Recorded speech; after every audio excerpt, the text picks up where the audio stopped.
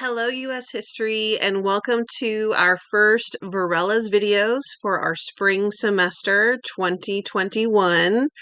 Um, if you are using your same notebook from last semester, this is the first lecture for Unit 5. So if you could just note that Unit 5, please put the date that you're taking these notes.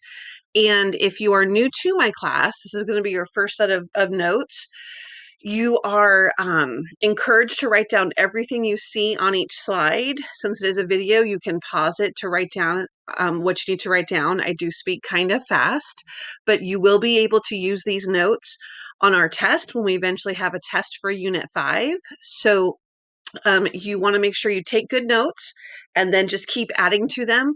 This will be a part 1 of 2 because these are long slides, everyone. So if we're ready to start, our first notes for Unit 5, the 1920s, the roaring 20s, the jazz age, this booming economy is happening following World War I. Let's get started. Social changes. As you can see, we left off semester 1 talking about World War I, and we talked about women getting the right to vote. But let's talk about the impact of World War I and this right to vote for women. So once World War I is over, most women went back to their homes. If they were filling in for, let's say, a husband or a father or a brother, their work in that predominantly male industry was temporary. And that's going to be a big difference we see with World War II.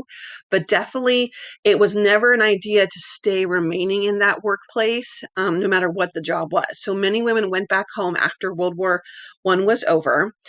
We know the 19th Amendment, we talked about that with the Progressive Era and the Era of Reform, officially is a part of the 1920s, so why not include it again? So the 19th Amendment was added to our Constitution in August of 1920. But I think with that, you start to see changes in opportunities for women.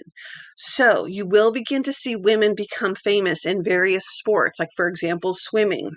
We're going to have the first woman swim across the English Channel in 1926, Gertrude Ederle. We're going to see women become writers and become more famous for being writers. There's always been women writers. We talked about Harriet Beecher Stowe with Uncle Tom's Cabin. But I think the difference in the 1920s is that more women want to put their work out there. And then advertising. If I had to give you a question, what is the most dominant industry of the 1920s? It is going to be advertising. And more on that on a later slide. Plus, of course, one of our favorite things, the 1920s, the flappers. This picture you see here. Women who were considered flappers. If you already know about these ideas, I think you're good. If you don't, I would write this down because it will be helpful on a future short answer question. But looking at the women in this picture, a couple things to note. Obviously, the length of their skirt, first of all.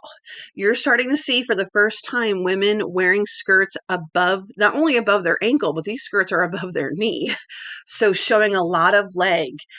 And with those legs, they're showing, if they're wearing stockings, they are nude colored stockings. So before, women usually wore black or very dark gray stockings or nylons. Now you're seeing women wear nude or flesh colored nylons because they want to show off their legs. And this was a very sort of forward, very risque behavior, especially for young women of the 1920s. We see lots of makeup, we see lots of lipstick, lots of rouge or blush. Plus, you're going to see their haircut. That bob short haircut right at the chin line is a huge departure from the way that most women wore their hair prior to the 1920s. Most women grew their hair long. And you could tell if a woman was available by how she wore her hair. A woman who wore her hair down and long tended to be a woman who was single. A woman who was married tended to wear her hair up in a bun. So the idea was these women cut their hair short because they're trying to keep you guessing. And I think that's what I want you to remember in these notes is that the young people, especially young men and women of the 1920s, are all about pushing boundaries, pushing the envelope, doing things to make people just sort of question their behavior, maybe even question their morals because they like the idea of you questioning. I can't imagine this would appeal to people your age in that teenage group at all. No way. Rebellion? Psych. Okay. So I think that's an important thing to note, the questioning of social norms and pushing boundaries. That is what the young people of the 1920s, men and women, are going to be about. So here we're looking at women, specifically their fashions, but behaviors are going to play a role too.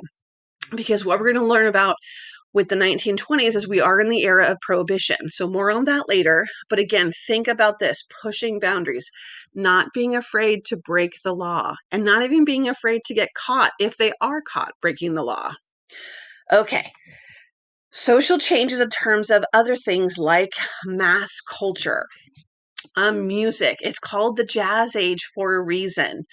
Jazz music is really an American art form, and it comes from African rhythms, blues music, Western European harmonies, but it really is an American form of music. It's jazz music. It was born in New Orleans, and it's going to be the music of the 1920s. We're going to be reading about the Harlem Renaissance in your textbook in a little bit, but the idea of this sort of centering of Black culture and Black achievements in the city of Harlem in New York is really going to become this sort of center of creativity. It's going to be a voice for Black artists of every genre, music, writing, um, uh, painting. There's just so much, I think, creativity coming in the 1920s from Harlem. Famous names like Langston Hughes, Dizzy Gillespie. You're going to hear and see these names in Duke Ellington. I was trying to think of of another musician, all a part of this idea of really kind of promoting Black culture in the United States, coming off of the Jim Crow laws and the era of segregation that's currently happening at that point in the South. So again, this contrast, these differences in ways of thinking. And it almost becomes a blending because jazz music becomes very, very popular with young people from every background.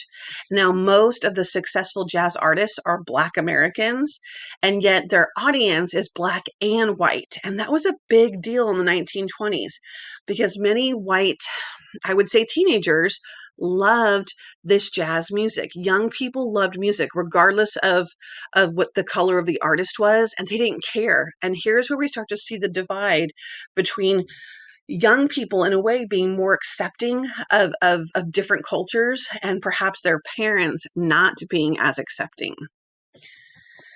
Okay, I told you advertising would come back.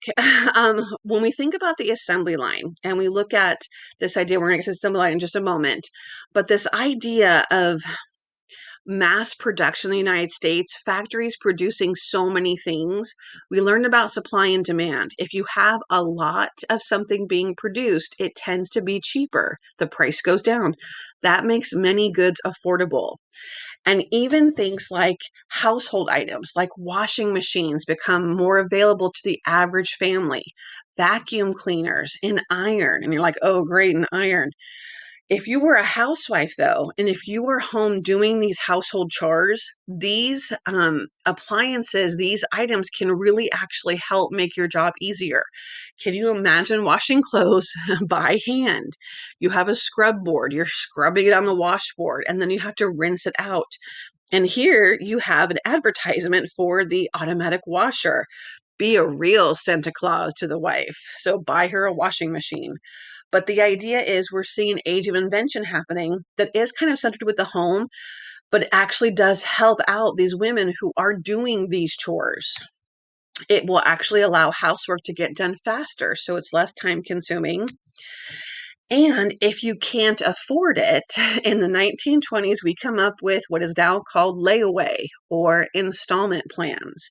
Meaning, if you could not afford to buy a washing machine up front, and most people couldn't, you were allowed to make payments. You would put a down payment, make monthly payments, and then after a certain amount of time, you would be the owner of this device. So installment payments allow people to buy something even if they don't have all the money up front. And if you don't know what I'm talking about, ask your parents about a car payment because most of us are not lucky enough to write a check for $25,000 or $30,000 for a new vehicle. So we have to make car payments. We put a down payment, we trade in an older vehicle, and we make payments every month on that car. It is the same thing. So installment buying became very, very popular in the 1920s. Also, you see the creation of what are now credit cards, which is really the same idea of installment buying, except perhaps it's tied to a store, it's not tied to a specific item. Credit cards can be dangerous. I'm not going to lecture you on that right now. We'll save that for economics next year. But credit cards allow people to buy things they may not be able to afford at the moment. And some people who are very disciplined will not do that. I am not as disciplined. I have credit card debt, so most people do. I can't say don't get credit cards because I have credit cards. But credit cards do offer you a chance to purchase something if you don't have that money at that moment, and then you make a monthly payment. The trick is you have to make the monthly payment. But coming back to this advertising was everywhere. Here's an advertisement right here on this slide. People are encouraged to buy, purchase, purchase, purchase, and they do, whether or not they can really afford it.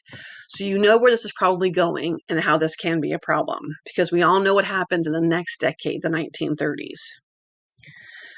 Okay, so mass production. I want to talk about Henry Ford for a moment. Obviously, Ford Motor Company, you see a picture of him here. He is going to perfect the assembly line. He doesn't invent it. We talked about last semester the cotton gin and this idea of trying to actually have an invention that might make slavery go away. And in fact, it does the exact opposite. But the assembly line idea has been around for centuries. What Henry Ford is going to do is perfect it to create his Model T vehicle that you see here. But here's a definition for the assembly line, most likely a test question. And it's basically just having a product start with basically parts, having all of those parts assembled as you go through the factory until the finished product is done. The reason why this is so monumental is because the Model T becomes the first vehicle that is used and produced basically through the assembly line. That makes it, I think they could make an entire Model T car in 90 minutes. So from start to finish. So the idea is that they are being produced so quickly that one factory can produce thousands of Model T vehicles. And the idea is that if there are so many vehicles being produced, then the price of those vehicles is going to go down. And Henry Ford doesn't care because if he sells more in the long run, he still makes a profit. So the Model T becomes a vehicle that middle class families can afford. It's not just a vehicle for the rich. And he applies something we talked about last unit, which was scientific principles. And in a way, that's just simply perfecting each part of the assembly line, making workers work in the most optimal way, and so they can produce things at the fastest rate possible. But we can think the price of automobiles being ideally a type of luxury that almost everyone could afford. Not everybody, but almost everybody. So that's Henry Ford and Ford Motor Company. We're going to watch this video in class actually because it's a cute little video about the assembly line since we're talking about it. So I can't really show it to you through this video. It won't come through as well. So I will show it to you in class and you'll know what I mean. You've probably seen this before. And then now that we have vehicles being produced on a large scale, people don't have to live in the crowded cities anymore. So most middle and upper class families are going to start to leave.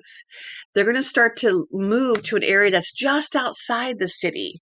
Because if they work in the city and now they have a car, they can drive to the city for work, but then have their home being a more quiet, maybe surrounded by more sort of outdoor space, like you have in Santa Clarita. I know Santa Clarita feels very crowded and busy right now. My parents moved to Santa Clarita in 1978. I was literally the last house on our street. The house next door was being built, so I got to watch it be built. But the idea was that hardly anyone lived out here. And most people worked in the San Fernando Valley or they worked in Los Angeles and they drove out to Santa Clarita because it was cheaper. But you also have these homes that are maybe a little bit bigger. You have a front yard, you can have perhaps parks. And the idea is once people start moving to the suburbs to live, you also see businesses move out there. Stores, schools are built, churches, um, movie theaters, all kinds of forms of entertainment. And so that's how suburbs start to grow. But they don't grow unless you have the automobile, because that's the key. Having this idea of how can you get to work? Well, you have a car. And if you know, public transportation in some cities is great, subways and buses, but going to the cities from the suburbs is not always so great, at least here in California. It's much better in other cities. What's happening with the farmers in the meantime? We've talked about after the Civil War, many farmers are sort of stuck in this position of falling crop prices. The crops that they're growing, they are just not able to sell at a profit like they were at one time. And so the debt for farmers, thinking about the Populist Party of the late 1800s, those struggles are still there. The debt is still growing. And despite the fights with the government and the railroad companies, it is harder for them to get the newer technology, new tractors, new planting systems. So farmers have not seen their lives get much better. And again, remember, we are on the threshold of the Great Depression for a reason. So unfortunately for farmers, I feel like they are still struggling. It hasn't gotten much better for them. And then with the cities, we're going to see continued urbanization. Skyscrapers start to grow. The Empire State Building will be built in the 1920s. So you're going to start to see these more famous, iconic landmarks in our cities. And cities almost are kind of thriving. But I want you to ask yourself, are they thriving for legitimate reasons? Or is it kind of like a facade? Is it real? That's what I want you to think about. And I'm going to stop here with this question.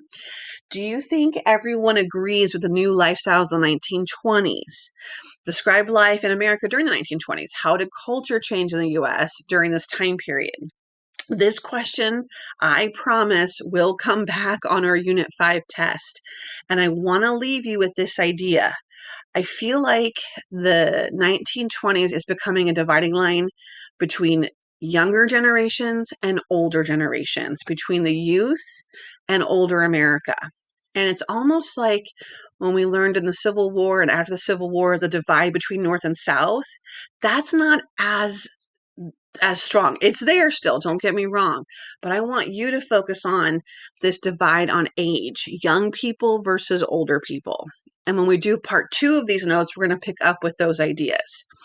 All right, so we're going to stop here. This is part 1 of the Roaring 20s, and we will come back for part 2 on your next video. Hope you took some good notes. I will see you in class.